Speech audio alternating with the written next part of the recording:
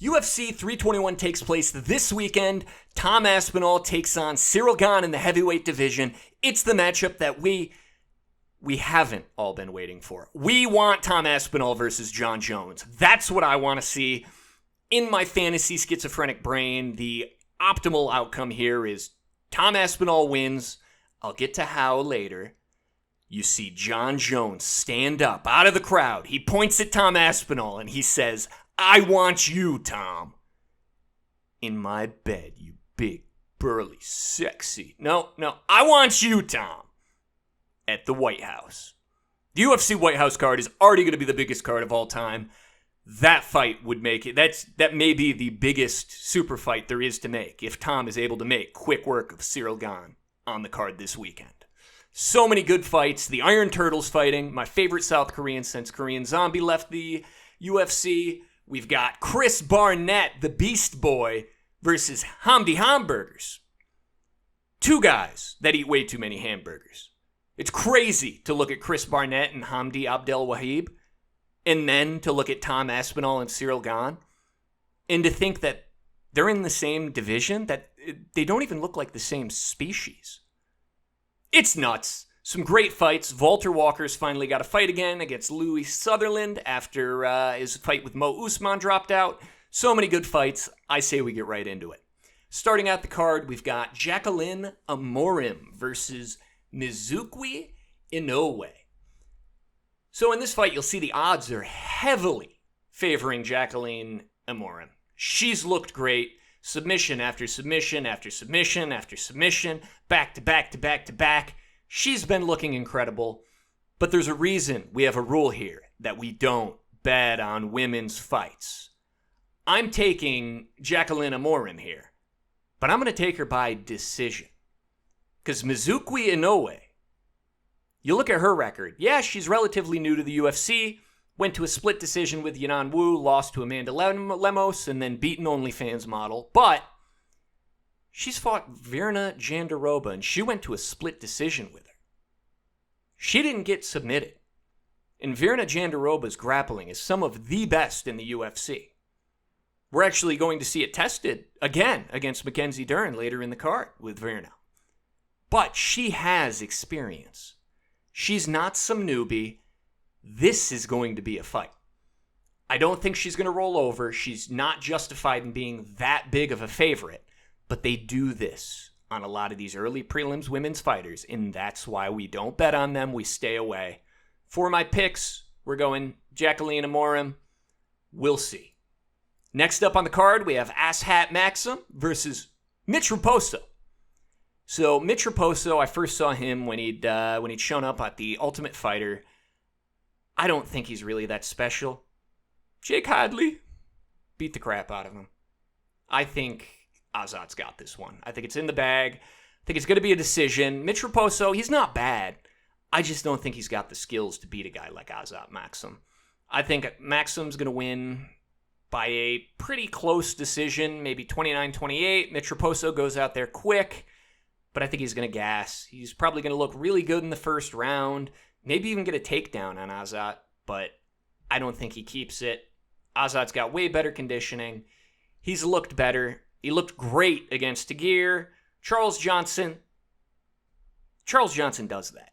Charles Johnson ends up getting rated so low by people, but Charles Johnson's a really good fighter. He shows up, and he's one of the best stress tests there are in the flyweight division. He beat Tyson. We're going Asshat here. Up next, here we go. Beast Boy versus Hamdi Hamburgers. Chris Barnett versus Hamdi Abdelwahab. However the fuck you say it. I hate names like that. Let's not get into that. But this is hard. Because Hamdi what do I even fucking call him? Hamdi Abdelwahab. We'll just call him Hamburger.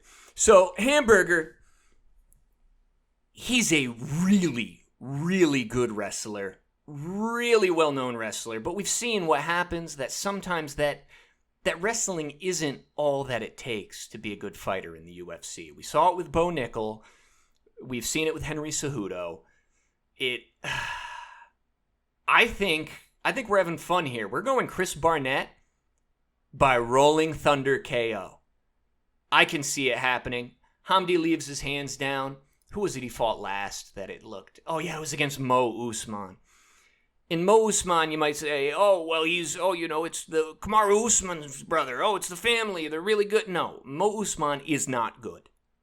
He is slow. He is so fucking slow. Go back and rewatch that fight if you don't get what I'm getting at. He was such a big favorite going into this fight against Mo, and he dropped it. Hamdi almost looked slower than Mo. If he's not quick to get his hands up with Chris Barnett's kicks, I know he just looks like a big fat guy. Chris Barnett can get those fucking legs up there. And I think he makes it happen. We've got Chris Barnett by KO here. Up next, we've got Jose Delgado versus Nathaniel Wood. Now, I like Nathaniel Wood. I like Nathaniel Wood a lot. We've seen a lot of really good fights out of him. Beating Morgan Charrier, that was an awesome one. Daniel Pineda, the Andre Fili fight. Charles Jourdain, he's beat some really good names. But this Jose Delgado looks like an animal. That knockout against Haider Emil, go watch that again. The speed that he starts with and he throws these combinations with is insane. I think he's going to be too quick for Nathaniel Wood. And I think Nathaniel Wood might go in for a takedown. And I can see him getting caught with a knee. Jose Delgado's too quick. His fast twitch muscle is off of the charts. His reaction speed is too good. We've got Jose Delgado here. And we're going to take him by knockout. Up next, Walter Walker versus Louis Sutherland. So here's something funny, actually. If we go to Louis Sutherland's record, because we're going with Walter Walker by first round sub. You know it. Three heel hooks in a row. If you can't beat him, join him. He's got a loss to Slim Trabelsi. So who else do we know that has a loss to Slim Trabelsi? Oh, recent Contender Series competitor Azamat Nuftilayev, who was one part of one of the most boring, awful fucking Contender Series fights we've ever seen. I've never seen somebody with a record as good as his at 13-2 gas out as bad as he did. I thought he was going to die.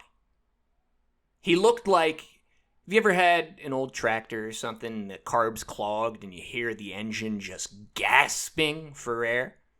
That's what he sounded like. It was that. Like you could hear it. Go rewatch that Contender Series fight if you have to. It was that bad.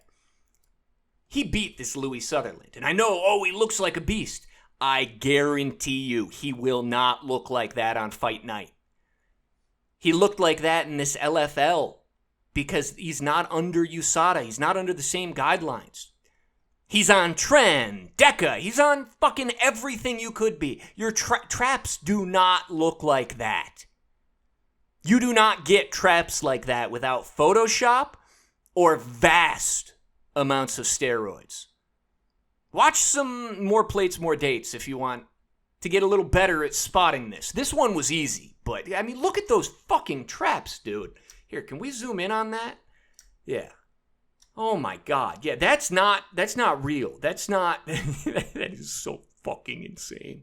He's not going to look like that.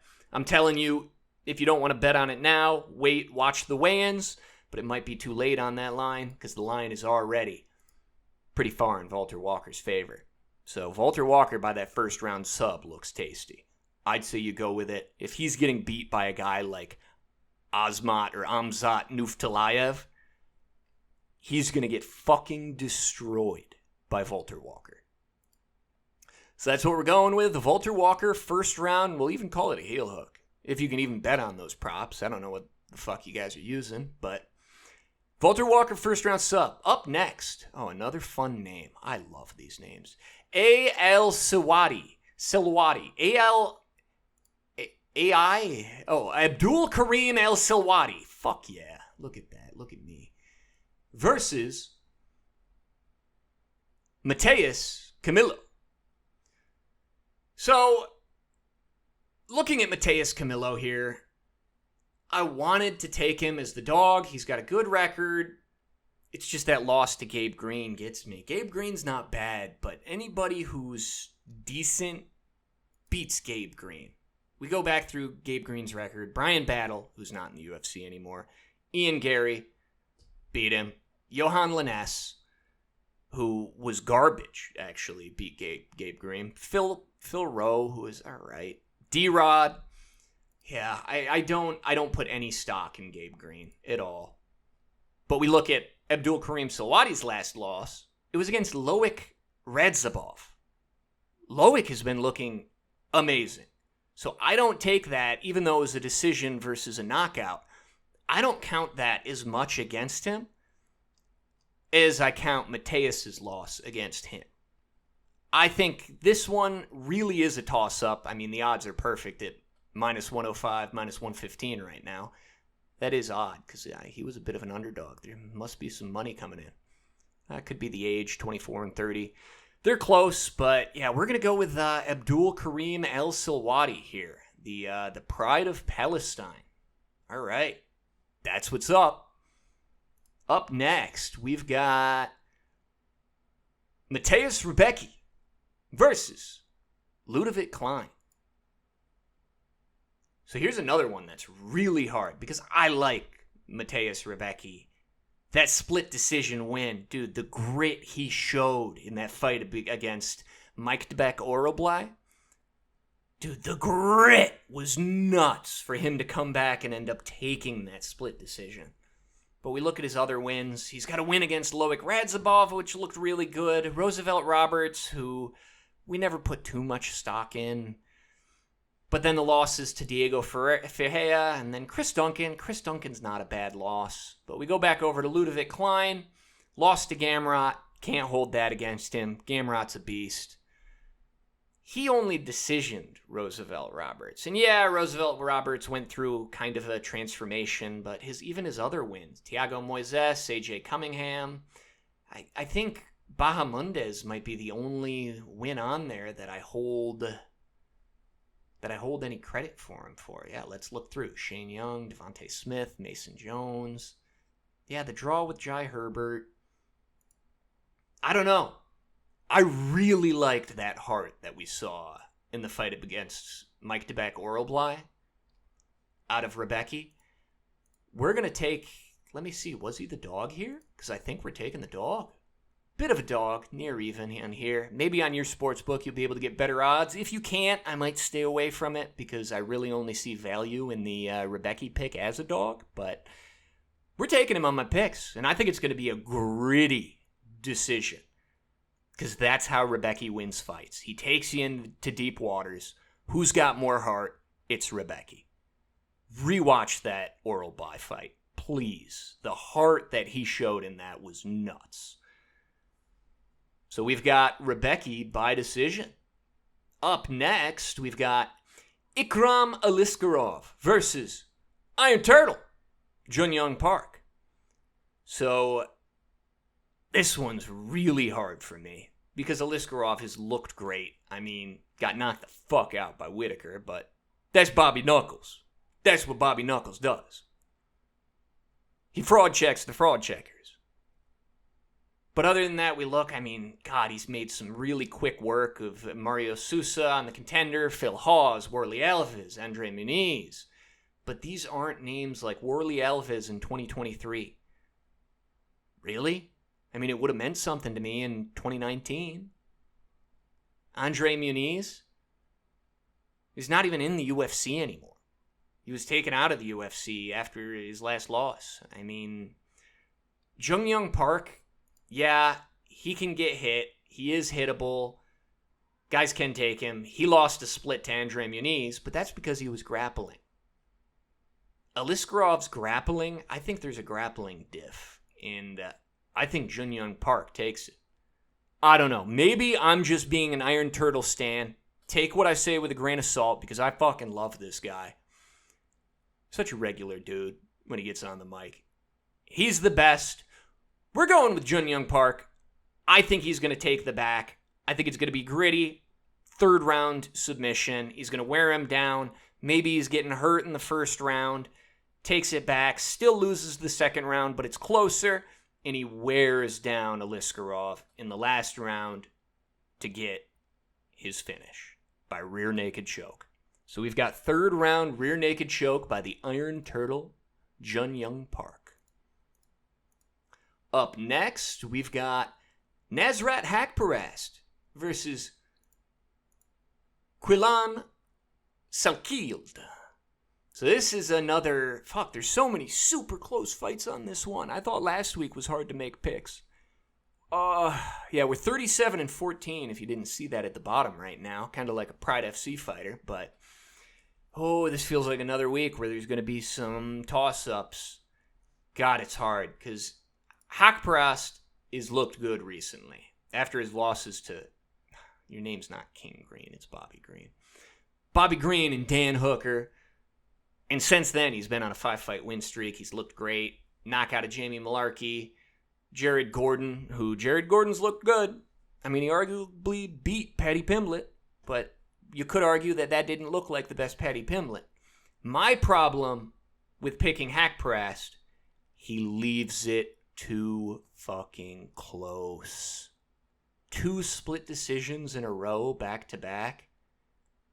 I know it was against Ribovich and Jared Gordon, but come on, that is way too close. You can't be doing that and expecting me to pick you. This Klein Salkilld has looked good. He's looked really good. I mean, God, how much fun was that watching him knock out Anshul Jabli in the first 20 seconds? That was awesome. He's got some really good striking. Are we going with it? Yeah, because then there was another great fight against Yanal Eshmuz. I think we are. We're going Klein Salkilld here. And we're going to go. I'd like to say he catches him, but yeah, when was the last time that Nasrat was knocked out? It was by Drew Dober. Yeah, I don't think Quillen's got Drew Dober power. He could. I think Anshul Jabli just had a glass chin. But I think he's the better striker. He's got age on his side. He's got a reach advantage. Everything is shaping up for me here to say that Salkilld is going to win this. So we're going to go Klein Salkilld by 3-round decision. Up next, we've got Alexander Rakic versus Azamat Murzakanov. This is another really, really hard one, and let me tell you why. So we go to Alexander Rakic's record, and what do we see here? Look at the fucking strength of schedule that he has been fighting. And then, further than that, we look at these fights. The fight against Jan. He looked like he was winning before the leg injury. He was winning that fight against Jan. And Jan is not an easy guy to outpoint, especially in 2022. Not that he is now, but you're talking 2022 Jan came that close if his leg didn't get fucked up and break. God, that sucks. Looked really good against Thiago Santos, and do you not remember the Yuri fight? He was beating the shit out of Yuri Prochazka. He'd wobbled Yuri. He had Yuri on ice skates. Yuri did what Yuri does and just one-punch mans in the last round, but still, he looked really fucking good. And then his last loss was against Ankalaev. Azamat Murzakanov, on the other hand, don't forget, do you remember that fight against Tafon Nchukwi in 2022? You might see it here if you're just getting into the UFC or aren't, if you're a casual, I guess. But you'll see here, flying knee around 3, right? He was losing that fight hard against Tafon. And Tafon doesn't even fight in the UFC anymore. He was getting fucked up by Ulberg, and then AJ Dobson took him out. Tafon was beating the shit out of Azamat before he came back. I don't know, guys. I think Rakic's too good. I think he could be, at those odds. Yeah, we're going Rakic. We're going Alexander Rakic here. I think he should easily be a favorite on this. I don't know what Azamat's shown. I mean, you knocked out Alonzo Menefield? Yeah, you and who else? You beat Tefon and Jukwi? I bet there's going to be some other guys in CFC or whatever little promotion he's fighting in now that are going to do the same thing, buddy. I don't think he's got it. I think Rakic's going to show us why he is a top contender. He's only 33 years old, guys. He's got over a 6.5-inch reach advantage? That's nuts.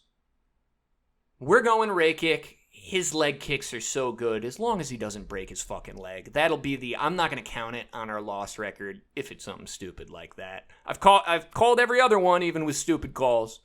But that one, we're saying that now I get a freebie. But we're picking Rakic. Oh, and does he do it? Yeah, I think he knocks him out. Azamat's going to gas. His gas tank cannot go 3 rounds. So I'm going to say it's a late 3rd round TKO for Alexander Rakic. Again, watch the Nchukwi fight if you don't believe me. And that was the last, he got the TKO in round 3. It was the last bit of energy he had after getting the piss beat out of him for 3 rounds. So up next, we have Alexander Volkov versus Jailton Almeida. And this is a really, really juicy underdog. Now, I thought Almeida was going to be the next big thing. I thought he was it. But we go through his record, and I think about how the heavyweight division has corrupted and rotted my brain in some ways, where I thought, oh my God, he's such a top contender. He's been beating the shit out of fat fucks, dude. These fat asses who somehow are in the UFC because they've got enough ballast that if you just spin your shoulders and you're that big, you'll knock somebody out. And that's a lot of these guys, like Parker Porter. And then beating Shamil Abdurakhimov and Jairzinho Rosenstruck. Jairzinho, I don't want to make fun of him. I like Jairzinho. Jairzinho's good, but not like that. And then just sitting on Derek Lewis, who that's always been Derek Lewis's fighting style. He's just the big guy who, you got me. He'll get down on his knees and he'll give up. Or, if you let him up, he'll just swing. Take him down. I mean, Volkov made that stupid mistake after beating the shit out of Derek Lewis. And then we saw with Curtis Blades how that can be exposed. Curtis Blades made Jailton Almeida look like he shouldn't have been in that octagon. And then after that, wins against Alexander Romanov and Sergey Spivak. I don't think either of them are any good at all. In Romanov, you could say, look at his record. Romanov's really good. No, because he was just doing the same thing to fat guys. Except he was a fat guy himself. That's the only reason, is because Jailton Almeida is a heavyweight who looks like this. The skills are not there. They're not on his side. Volkov is too good. You guys must have forgot. Volkov beat Ciryl Gane in that fight. Rewatch that shit. Volkov beat Ciryl Gane. He won that. Volkov has looked so good, other than his loss to Tom Aspinall. That happening as quick as it did not look good. But he's just looked better. I mean, compared to, if you watch his first fight against Ciryl Gane versus his last fight, Volkov's 37, and he's still getting better with every single fight. He looked really good. And I think he takes him out. I think we've got a TKO for Alexander Volkov here. Yeah, and as a plus 145. Juicy odds, boys. Scoop them up. Up next, we've got Umar Nurmagemedov versus Mario Bautista. Now, this one, God, dude. Fuck, who do you want to be friends with, Hitler or Stalin? This is the worst. I hate even having to pick one of them because I don't like Umar. And then Mario Bautista, who can forget that Jose Aldo fight? That's why this one's hard, but I don't think I don't think Mario beats a guy like Umar. Because all he'd done against Jose is he's able to mix in his grappling, and then after beating Patchy mixes it in. He's got some decent striking. You're not Merab, big guy. You're not Merab. Merab's different. And I don't see who else other than Merab beats a guy like an Umar Nurmagemedov. So we're going with Umar. Again, he is a Dagestani, or he's a Chelyabinski, whatever the fuck that is. God damn it, I hate these guys so much. We've got Umar, and we're going to take him by decision. Very boring fight, but he's going to outpoint Mario, and I'm guessing in every round. Up next, Virna Jandiroba versus Mackenzie Dern. Now, this one's so hard because, God, Virna's so good. But Mackenzie's so hot, dude. Oh, fuck. What do I pick with, my brain or my cock? We're using our brains here, boys.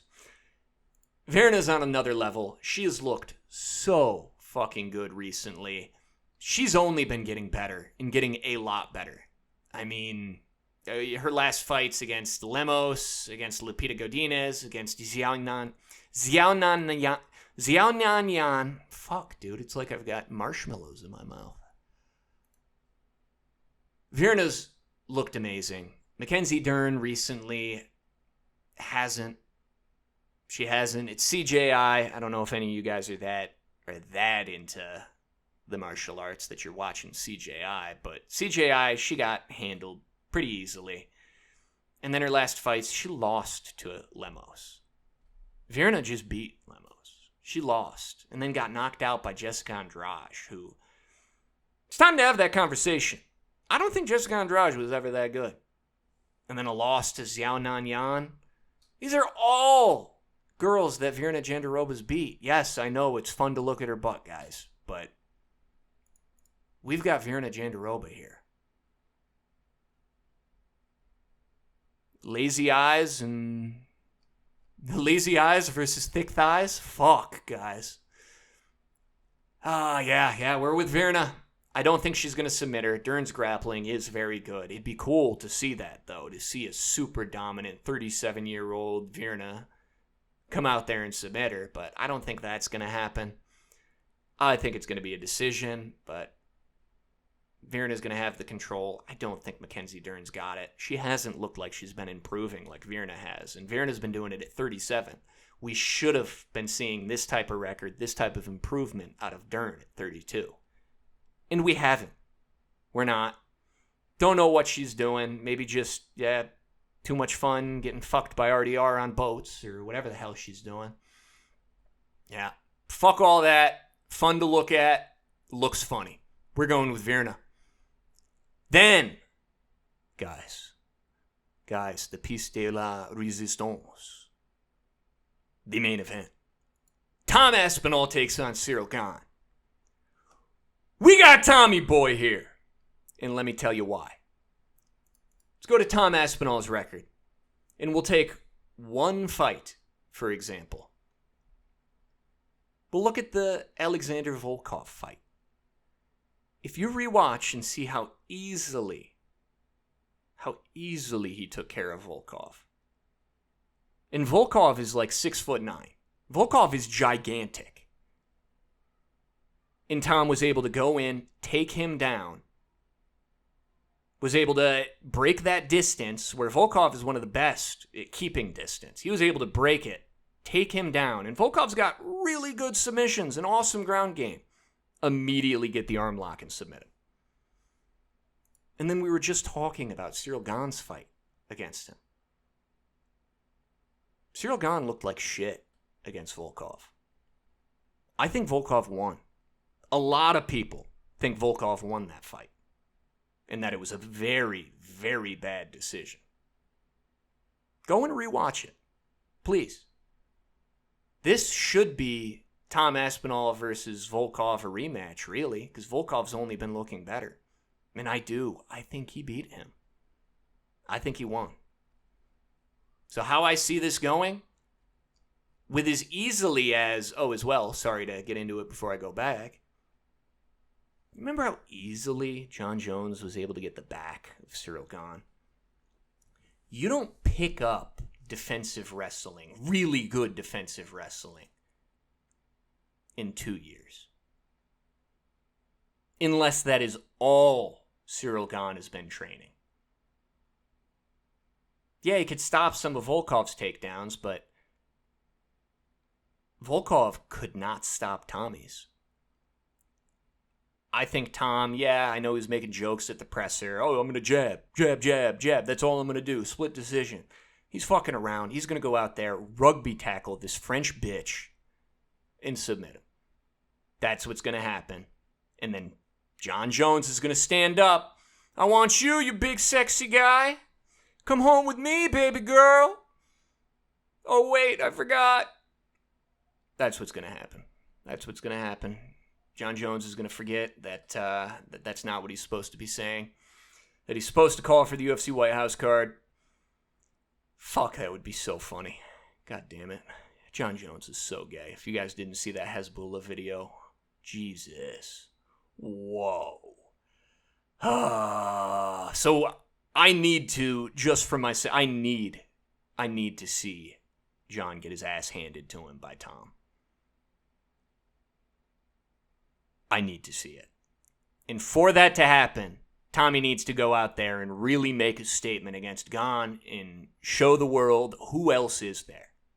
Look at how quickly I've taken care of every one of these heavyweights.